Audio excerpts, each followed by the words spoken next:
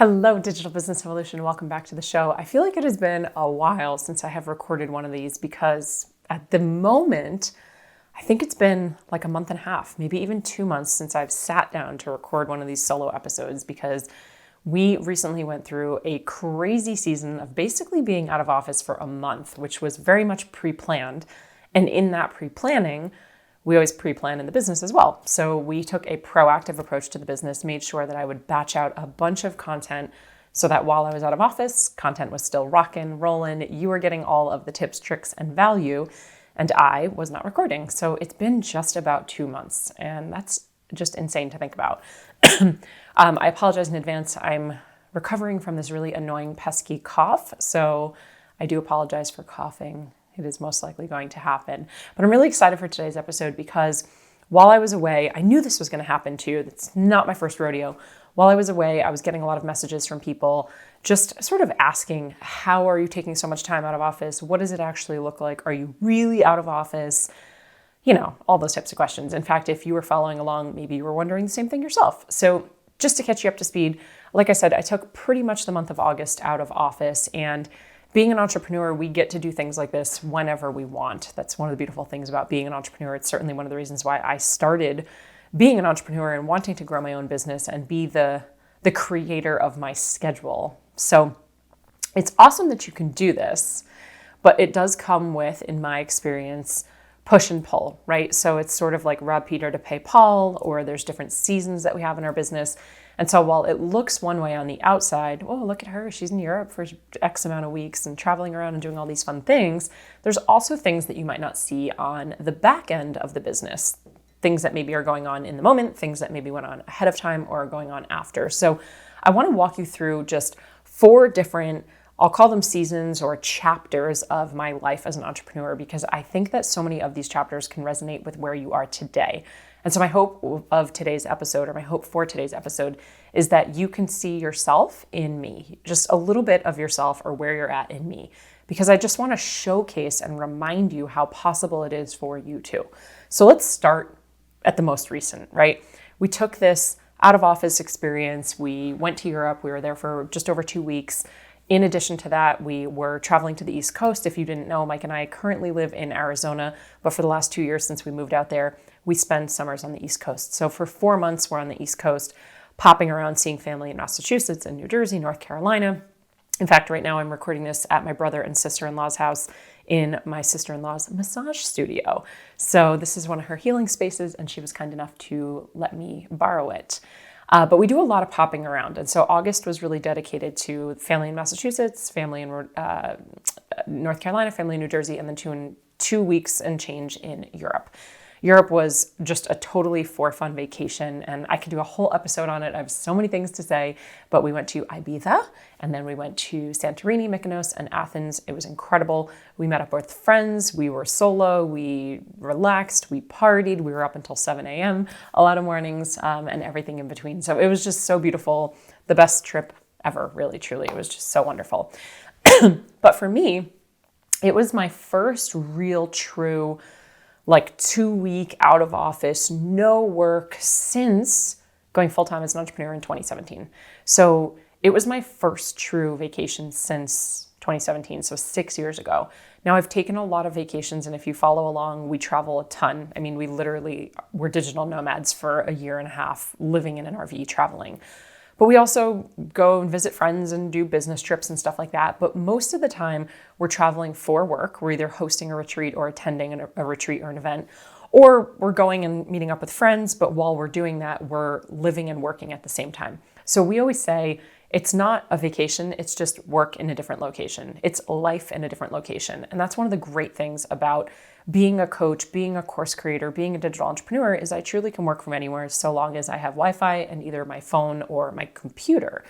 And so we've been doing that for years. But the last time that I took a full-blown out of office, the email responders up, I'm not on social media, I'm not creating stories, I'm not responding to people, was 6 years ago when I went full-time. Actually, it's almost 7 now, almost 7 years, which is crazy to think about. Now, let me just be clear. That was by choice. We have been in a lot of seasons of growth over the last couple of years. There's been a lot of rapid scaling and just desire to be in the business. And for me, I love life in a different location, hence why we're digital nomads, hence why we, spend the summers for 4 months on the East Coast. I love changing it up. I love keeping it fresh. I love uncertainty. And so for me, life in a different location is awesome. But it also means that I haven't really taken my foot off the gas much at all in the last couple of years, again, by choice.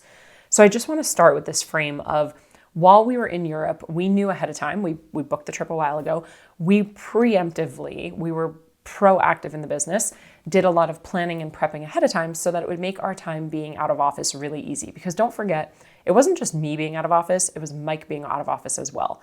And when we look at our business, the core sort of C-suite, our executive leadership team, there are 4 people on that. But Mike and I are 2 of the 4. So when you remove 2 of us to be completely out of office, that's a really interesting dynamic as well. And I had asked Mike just ahead of time, I said, please, I know it's really easy to pop on Slack and check a message or just check a couple emails here and there. But for me, I really wanted to be completely unplugged. And if he wasn't also completely unplugged, then I wouldn't actually be either. Because what often happens is if one of us is reading an email or gets a message, we let the other person know about it, or we have a question to ask, or he wants to bounce an idea off of me. And the next thing we know, we spiral into a 30, 40-minute conversation about the business. And it's not that I didn't want to talk about the business. I just really wanted a true out of office. So that meant requiring both of us to be completely out of office and unplugged from the team members.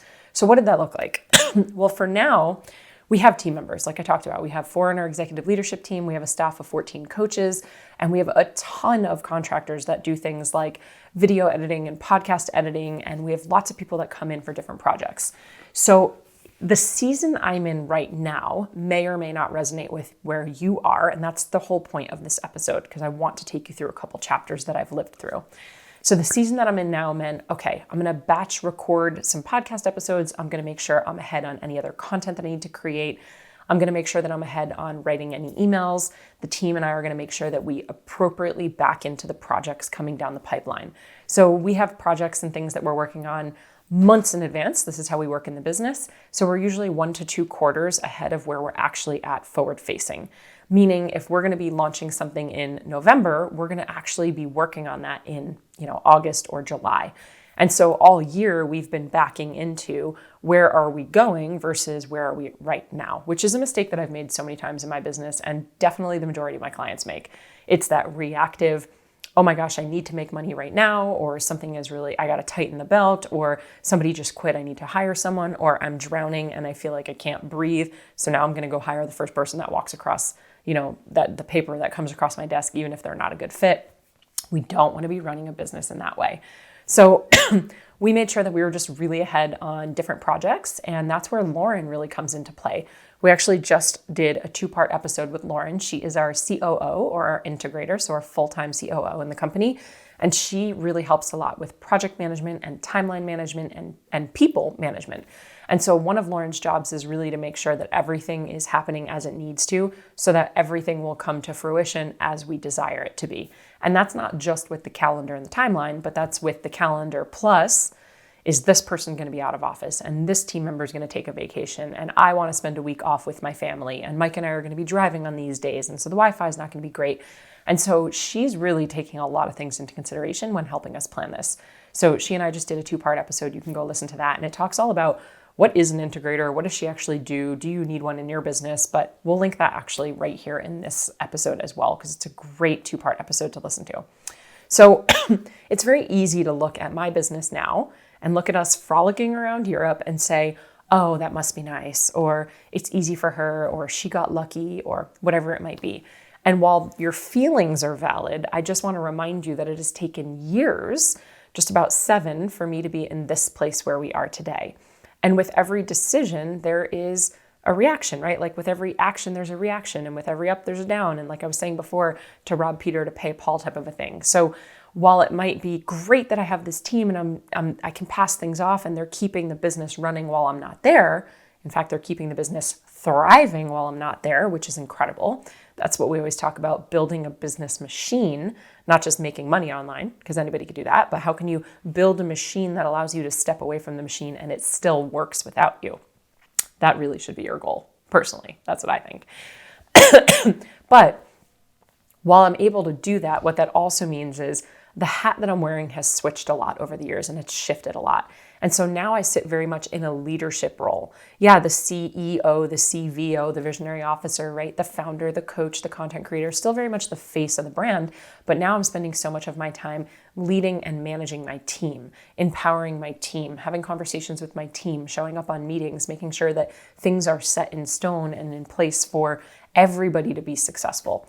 And so, yes, the team was able to run the business and they can carry on the show without me. And in fact, they could go far longer than 2 weeks. That's the goal for us. It's can they run the business without me? Do I really need to be a part of it? And of course I need to be a part of it and I want to be a part of it, but it still runs without me. We still make sales without me. We still bring in new leads without me. We still have happy customers without me. And for me, that has always been the goal. So that's what it's looked like now. We just got back from this trip. I basically handed everything over to the team with a lot of planning and preparation ahead of time. But it also meant for me, before we left, there were a lot of long days. There were a lot of long hours by choice. Because again, to use that phrase, rob Peter to pay Paul, this is my preference. I would love to take a complete day off to go be with my parents while we're on the East Coast. But then that means maybe I'm going to work a couple hours on a Saturday, or I'm going to work a couple extra hours on a Tuesday night. So I'm always looking to shift around my schedule and my business to feel however it would fit best for me. Of course, without compromising relationships, health, mindset, emotional intelligence, all of those things, right? All your habits, the things that you like to do. So I've always been in the camp of doing this. I sort of pile things on one day or in 1 week or one season, and then I'll pull my foot off the gas and I like to cruise for a little while. And that's kind of how I do everything. I don't know if you're anything like me, even with the gym. Like I'll go so hardcore with my diet, my food, my workouts, like beast mode, and then I'll pull back and take like a complete month off. And I've been doing this my entire life. So I'm a bit of a sprinter when it comes to the business and life and goals, and that's how I like to work. I don't know, maybe it's because I'm a projector, whatever that means. People talk about it all the time. I don't resonate with being a projector in the sense that apparently we need a lot of rest, and I don't feel like that for me. So I just do what works best for me. And what works best for me is pedal to the metal for a season and then take my foot off the gas. And so there was a lot of work ahead of time. And then coming back, I also knew expectations equal experience. I knew that I was going to come back into a lot of work by choice. Of course, I tried to get a lot done beforehand, but I knew what I was coming back into. And so I really practiced being present on my vacation as opposed to coming home from my vacation and then feeling like I needed a vacation. And I know that that's definitely happened to all of us. You come home and you're like, man, I feel bad, but like I need a vacation from my vacation. So I was really, really present. And I went back and forth. I wasn't sure when I was overseas, did I want to put Instagram stories up? Like, did I want to just put a couple of things up here and there? And I really stuck to my guns and I didn't. And the reason I didn't is because I am a creator at heart and I love storytelling and I love creating and I love social media. And I knew that if I just started, like I said, I'm a sprinter. If I put up one story, one would turn into 5 and 5 would turn into writing a whole novel on every screen and then adding GIFs and stickers and polls and emojis. And next thing you know, 3 hours has gone by. So I really was present in it and it was just so, so, so incredible. Now I want to take you back because that's the season I'm in now. There's a lot of overhead, right? People think having a team is amazing. It is, and we have a lot of overhead. We have a lot of people on the team. There's a lot of opinions. There's a lot of meetings. And I'm not saying don't do this stuff. I love this, but this is the season I'm in. I just want to pull the curtain and show you what's behind the curtain because this is the truth. This is the reality of what it looks like. So there's all these aspects to what that actually looks like in having a team. But if I take you back to 3 chapters before, so let's go 4 chapters before, back when I was working full-time as an elementary school teacher. So how did I navigate business and life while I was working full-time? Because that might be you. You might be listening right now. You have a 9-to-5 job. Maybe you love your 9-to-5 job. Maybe you have a part-time job. Maybe you hate your job. But maybe you're the person who has a job and then also has a burning desire to create something else. You know that you're meant for more. You want to help people. You want to create a course. You see people doing it online. You're like, I know I can do that. I have something to teach. I've been through a transformation. I want to share with people how that's helped me and I want to help them, right? And so I want to take you back to when I was a full-time elementary school teacher. This is what it looked like for me. I don't know how it'll look for you, but this is what it looked like for me. When I was working full-time as an elementary school teacher, I was a phys ed and health teacher. I had this internal burning desire for more. Most of it came from the void I was feeling that I was missing something.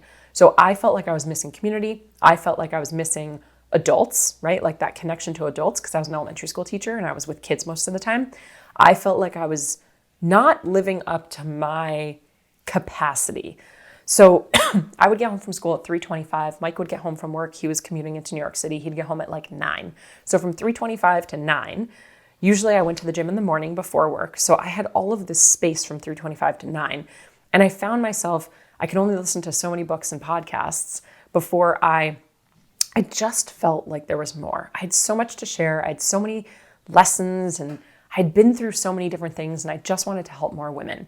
And so maybe you're like that and it's this burning desire. Maybe you've started to do something and it's kind of a side hustle, which is what mine turned into. But I want to talk to you about how I navigated the season of life and business before I had a team, when I wasn't able to just outsource things.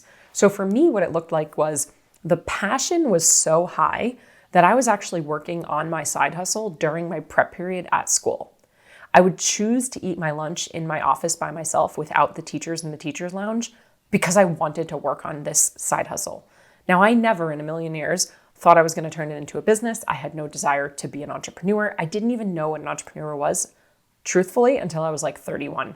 That is not a family. I did not come from a family of entrepreneurs. I did not come from a family of small business owners. I had no idea that that was even a choice or an option. But what I knew was I felt unfulfilled. And so in the gaps of time that I had, I was fulfilling myself with, maybe it was making myself busy. Maybe I was trying to make myself feel seen or feel valued. I don't know. I could unpack that all, but maybe not on this episode right now. But either way, I would be drawing logos, which are not important, by the way, but I would be drawing logos and I'd be watching YouTubes on how to create a website. And I'd be going into my free Facebook group and I'd be commenting and connecting with women in the Facebook group while I was on my prep period, while I was on my lunch period. I was even joining free webinars and I had hired a coach. This was back years ago, 2012, 2013, 2014. And I would join her coaching calls from my car on my prep period. I would literally go out to the parking lot, I would plug in and I would listen to her coaching calls during my prep period. Every single day when I was driving to work or home from work, I was listening to podcasts. I was obsessed at the time with Lewis Howes. He was one of I never missed one of his podcasts, his first probably 500 episodes, right? And so I was in the pockets of my day working this quote unquote business, this side hustle. When I got home from school, 3:25 to 9 p.m., I was working the business. That meant I was attending free trainings. I was downloading PDFs. I was writing my own blogs. I was hosting my own lives. I was using apps like Periscope, which doesn't even exist. It was around for like 2 years, a year. I was doing lives. I was practicing. I was getting better. And at the time, I was a health and fitness coach.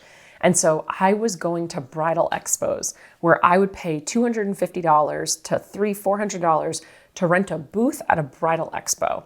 And I would show up for the day at the expo and I'd have my balloons and my sign and my whiteboard. I have pictures of this, I swear to you. And I would host a raffle. People could put their email in and I'd give away a month of personal training or a week of personal training for free.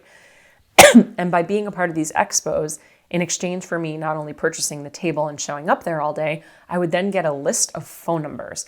Every single woman who registered, every bride-to-be who registered for this showcase, where they had photographers and they had chefs and they had dress designers and all sorts of stuff, I would get their phone numbers. And after school, every day, I did this for years, I would do what I called power hour. And I learned this through network marketing.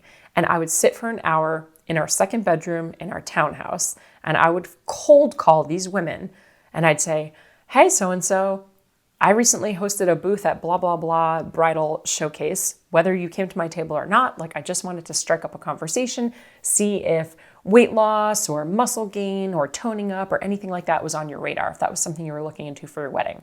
I've been a trainer for X amount of years and I can help you do blah, blah, blah. I'm located here and I could do it in person or I can do it virtually.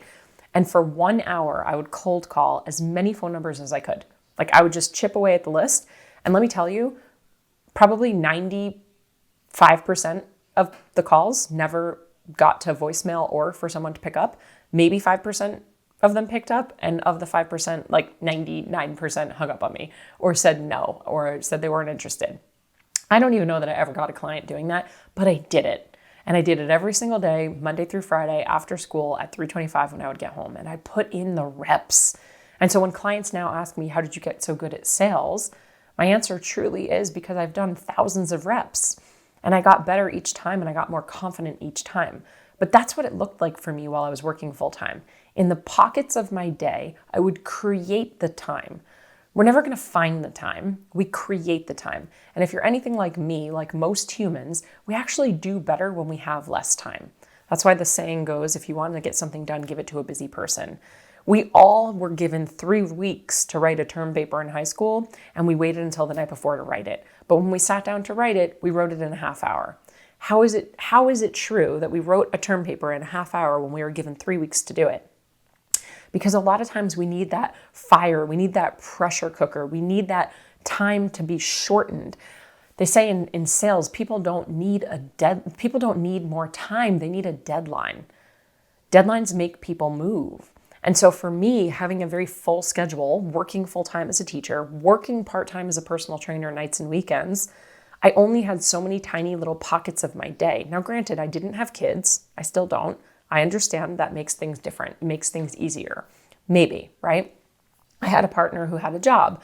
He was off at work. He would come home. So there are things in your life that are going to look a little bit different for sure. But I created the time in the small pockets of my day. And if it meant reading 10 pages of a book, because that's all I could fit in, or if it meant listening to 5 minutes of a podcast or cold calling one person, that's how I would fit it in.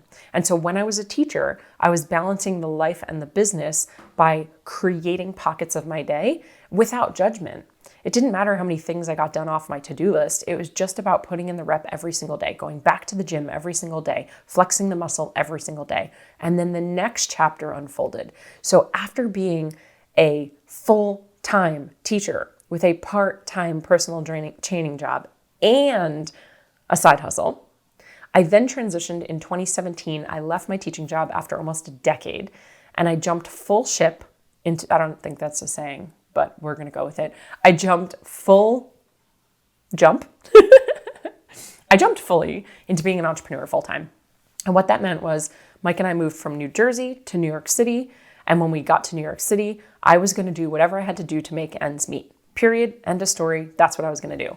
Nothing was above me. Nothing was beneath me. It didn't matter that I had multiple college degrees. It didn't matter that I had already been a personal trainer at the time for 14 years, I want to say, training celebrities, doing magazines and TV shows. None of that mattered. I had a choice to make, and there was a path A, path B. And path A was to hold my ego and my pride that I had all these certifications and affirmations and years of experience in all these different areas, and think that I have to be at this particular level and people owe me, or I owe it to myself. I deserve, right? That's very ego-driven, egoic. I deserve. Or I had path B. Nobody knows me. It doesn't matter what type of background I have. There are tons of people with tons of experience and certifications. I'm leaping full-time, full-blown into this entrepreneurial world. I'm willing to go all in, admit when I don't know something, ask for help, not be afraid to fail, take messy action repeatedly, and maybe, just maybe, take a job that I might think is beneath me right now. And what that meant for me is I really had to be okay with, just because I had all these degrees and certifications and years of experience, I might have to walk into a gym and work the front desk for a little while to get my foot in the door. I might have to be the floor trainer who's wearing the name tag, who's trying to sell sessions to people. When they join the gym, you give them a session for free, and then you try to sell them sessions. And in between doing that, you're picking up weights and cleaning the floor up. So just because I had built a business and a career for myself in New Jersey for 14 years as a trainer, it didn't matter in New York City. And I was stepping into the ring with some big guns in New York City. And so I had to be okay with that. I also had to be okay with this cute side hustle, as I like to call it, the online business thing that I had been doing for, at the time, 5 years. I started in 2012 training people online and blogging and Facebook groups and Periscope and all that, selling ebooks. If it wasn't going to bring in enough money to be able to help support the life that Mike and I were creating, which at the time was just pay the rent, then I have to be okay with, I might need to pick up a waitressing job or a bartending job, or I might need to pick up a second job at a second gym, and I have to be okay with that. So I chose path B, which was remove the ego and do whatever I need to do to make ends meet. And so this chapter of my life in my business, I'm going to call full-time trainer. Full-time trainer. So truth be told, when I first left teaching and I went into entrepreneurship full-time, I really truly thought that my goal, that my end in sight, that my desire and dream was actually to be the next Jillian Michaels. Like I said, I had been a trainer for 14 years, my online health and fitness business, the ebooks, like I was doing bodybuilding competitions, fitness modeling for magazines. I really thought the next Jillian Michaels, the next Karina and Katrina from Tone It Up, the next fill in the blank, Tony Horton, Beachbody, whatever digital online kind of fitness platform and kind of celebrity personality fitness person, because I really wanted to do TV and all of that. And so when I walked into New York City, now rewind for 1 second, I knew that we were going to move to New York when I quit my job, and I knew that I was going to try to quote unquote make it in the fitness business while building my online business. So I spent from January, when I walked into my principal's office and resigned, January 1st of 2017, until the end of that school year, going into New York City, commuting on the train 2-3 times a week after school, with the pockets of my day, still working on my personal training business in person, my side hustle in the pockets of my day, and then 2-3 times a week, I was taking the train into New York City. I was going to fitness classes. I was testing out gyms. I was starting to make a name for myself. I was networking. I was meeting people. I was going to entrepreneurial meetups. I really was inserting myself in to the rooms that I wanted to be in, because everybody always says it's about who you know and your network is your net worth, and get in the room and make yourself uncomfortable. And so success leaves clues. I was doing what everybody told me to do. And so when we moved to New York, just a couple months after I resigned, I already had friends in the industry. I already had my foot in the door in a lot of places. And so the weekend we moved into New York, I walked into one of the gyms that I had been going to, and I applied for a job, and I was totally willing to take anything that they would give me. And I started, of course, as a floor trainer there. And it was pretty quickly that being a floor trainer there allowed me to open up the opportunity for myself, where I presented options to the gym that I was working at. Hey, by the way, I write for this magazine.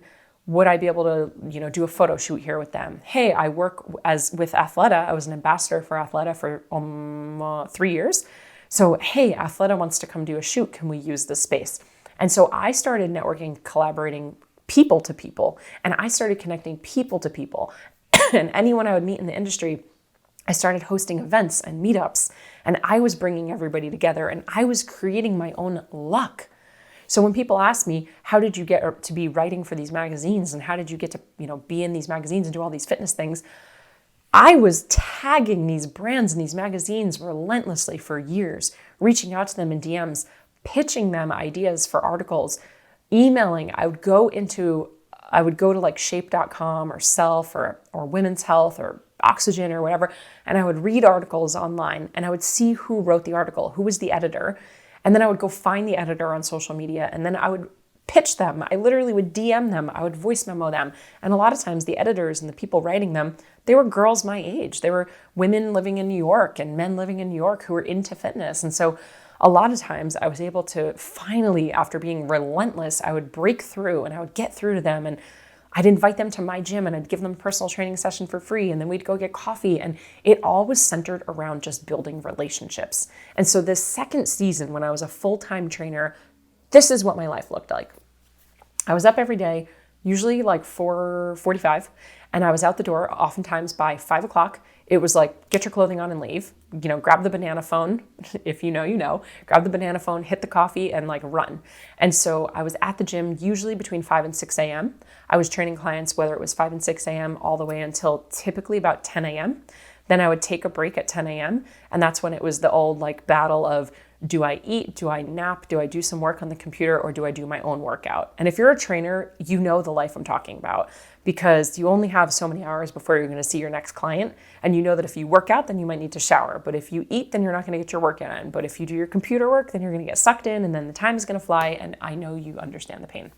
And so 10 or 11, I would take my break. I would have usually 3-4 hours in the middle of the day where I was cramming in my own workout, computer work, hosting coaching calls on Zoom, writing ebooks, blogging, getting into my Facebook groups and managing my clients, creating courses and programs. All of this was going down while I'm sitting on the gym floor, scarfing down food. And then at 3 o'clock, I would start seeing nighttime clients. So from 3 till, usually for me, I would end work at 8. 3 to 8, I would see clients. 8 o'clock meant I started to commute home. I would get home at 9:30, first be sitting down to eat like a real dinner, and then hit the computer.